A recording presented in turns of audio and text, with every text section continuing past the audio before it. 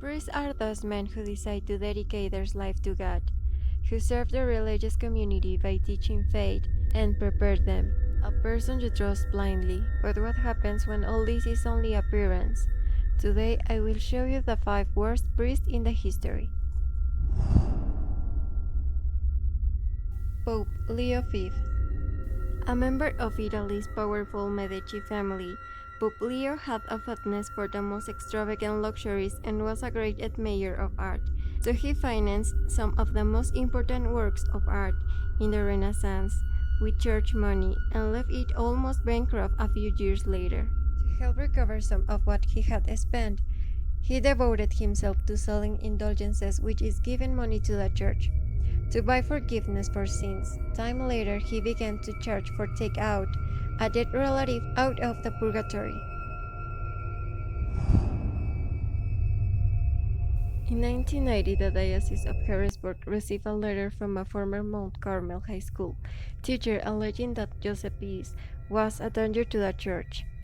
The letter referred to Joseph as a known pedophile and transvestite, while a memo in the file indicates that the chancery in Harrisburg reviewed Joseph's file in light of the allegations made. It does not appear that any further action was taken. The following month, a man contacted the Diocese of Harrisburg at the direction of his parish priest to report that he was sexually abused at St. Paul's in Adams, Pennsylvania. The man alleged that he was 13 when the abuse started in 1971, and that it continued for 2 years. Joseph also says that he found the boy inexplicably naked in the church rectory on time. He confirmed that he brought the boy to a boat. But in spite of these bizarre statements by Joseph, the bishop took no immediate action to remove priest Joseph from a ministry. When contacted by a chancery official who called Joseph a few days later to inquire how he was doing, Joseph told him that anything he did with the victim was misinterpreted by the victim. He also stated that he was drinking heavily during that time and had no control over himself. When asked if sexual behavior with young boys could have happened, Priest Joseph replied, "I don't know." The Diocese of Harrisburg sent a Priest Joseph for a psychological evaluation to clear him for a return to ministry and limit its own potential liability despite red flags that Priest Joseph posed a danger to children.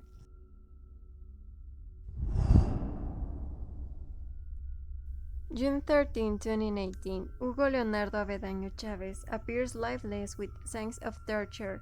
The cause of death was strangulation. He belonged to the Congregation of Missionaries of Guadalupe. His community was shocked and very affected by what happened, so everyone gathered to say goodbye to him. The mass offered by priest Francisco Javier Bautista, who was friend to Hugo. The priest did not hesitate to express his indignation at what happened.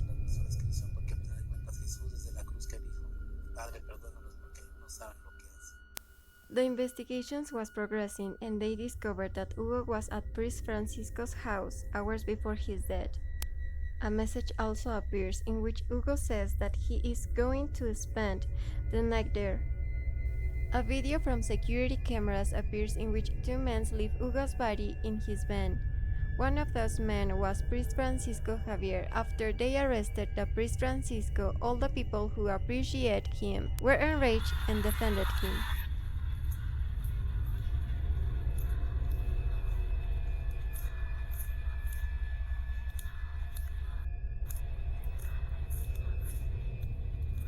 But while this was happening, Hugo's phone appeared, which had photographs with sexual content of him and Priest Francisco and 3 other priests. Hugo was extorting them with those photographs. Of the 2 men who murdered Hugo Leonardo Avedaño Chavez, only Priest Francisco Javier Bautista was arrested.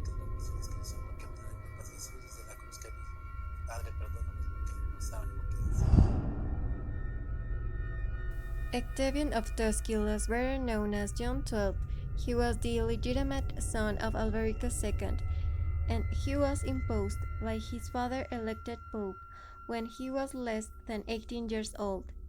His pontificate is always named as one of the worst in the history of the Church, and he had to flee Rome and deposed from his position, accused of vices, sins, including incest, murder, and sacrilege. In his pontifical lateral residence, it was common to see prostitutes and slaves, with whom he organized various orgies and parties. He did not even bother to hide it, so he was accused of sacrilege. After his escape, he managed to gather an army with which he recovered his papal mandate, although only a few months later he was found dead. On May 964, he was killed with a hammer to the head by a husband who had discovered the Pope with his wife.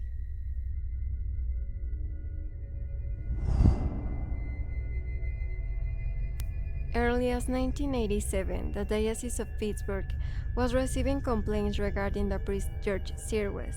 The first involved a little boy and an incident of inappropriate touch by priest Sirwes. At St. Joseph, the worker parish, his third assignment, no action was taken. In November 1988, diocesan officials met with a mother who reported that her 16-year-old son was given alcohol by Sirwes and that Sirwes fondled the boy's genitals. That same month, the diocese received another report from a different victim who revealed that he was groped by Sirwes when he was 17 years old. Sirwes was sent to St. Luke's Institute from an evaluation in December 1988. Upon his release, he resumed his ministry.